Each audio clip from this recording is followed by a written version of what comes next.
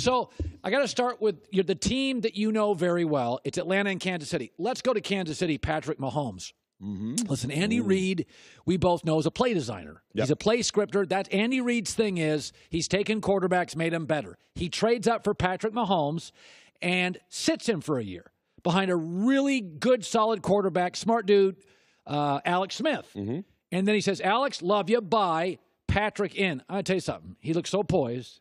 He looked so good yesterday. He looked great. He looked great. What did you see with Patrick Mahomes, Kansas City? I think they put the NFL on notice.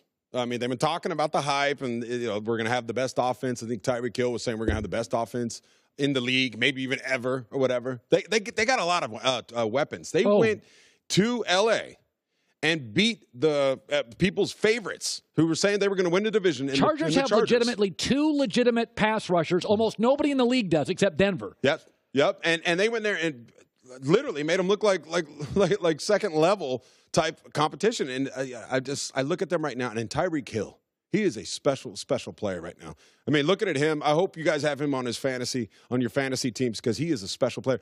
Last year, Michael Vick interned for the Chiefs during the summer for the coaching or whatever, and he came back and gave his top 5 receivers in the league.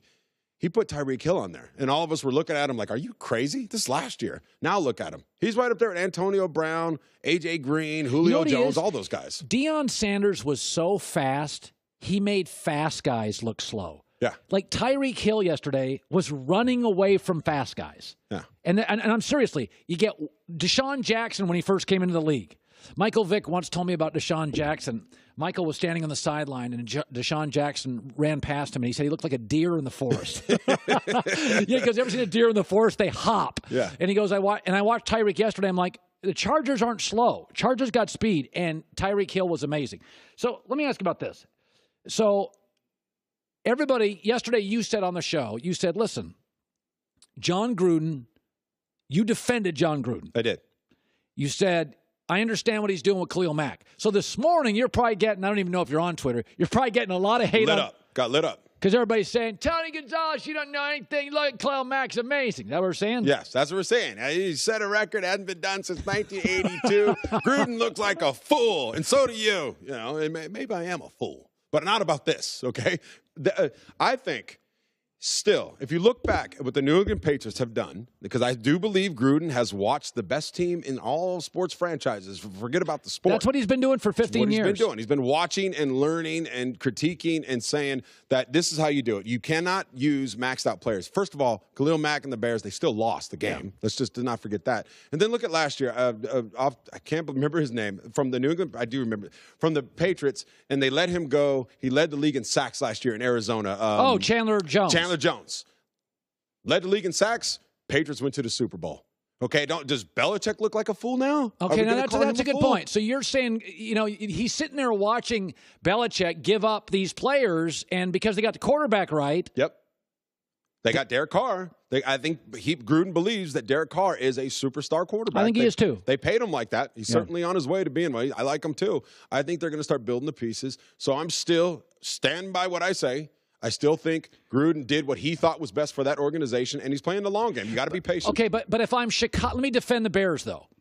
If I'm in a division and I have Mitch Trubisky and you have Aaron Rodgers, how do I at least bring Aaron Rodgers down?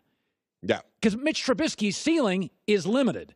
So if I'm the Bears and I'm Matt Nagy and I'm the owners, and I like Trubisky, I put money into him, but he's not Aaron Rodgers, and he's not Cam Newton. Not yet. Okay. But I'm saying I'm going to defend Chicago on this.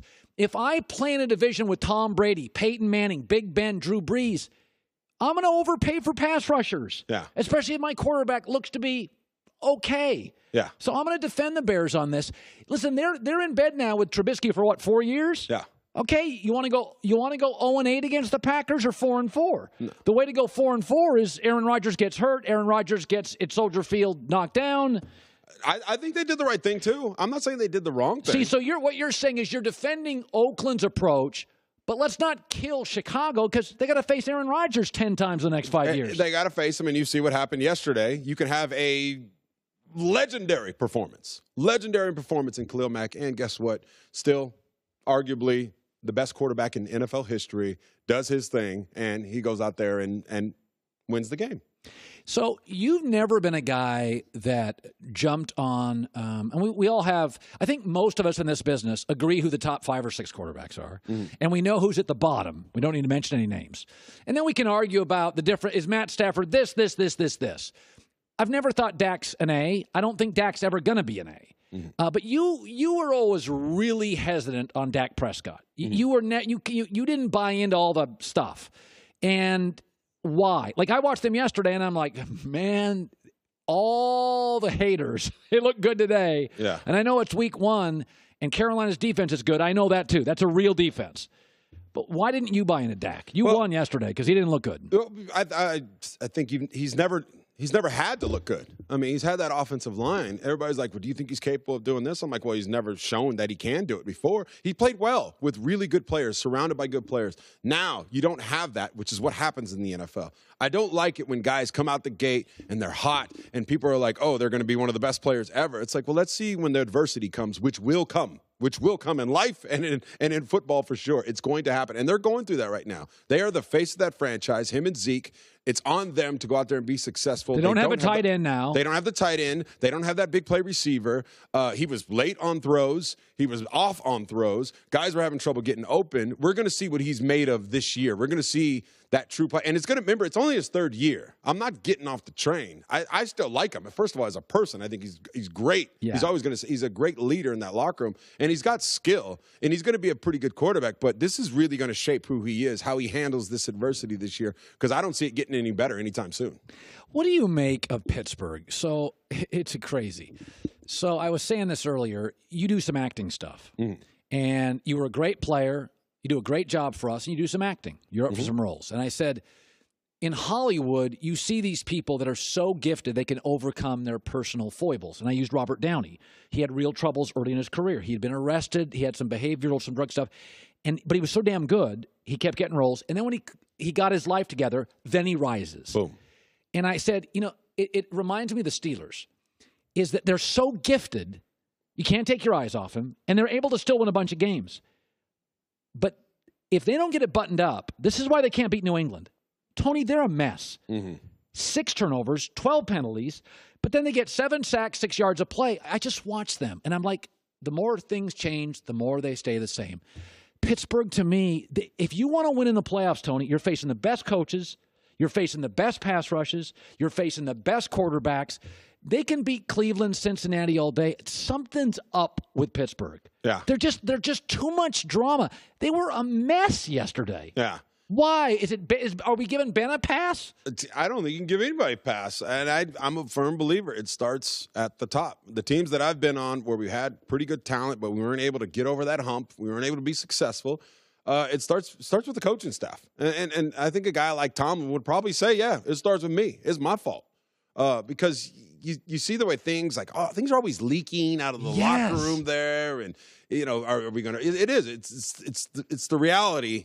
It's the Real Housewives or the real NFL players of the NFL. It's full of drama all the time, and it's hard to win like that. It's going to be fun to watch. Were you ever in a dramatic locker room? Yes. Where? Yes. Where? In Kansas City. Why? Why was it? Just without naming names. I mean, you get emotional.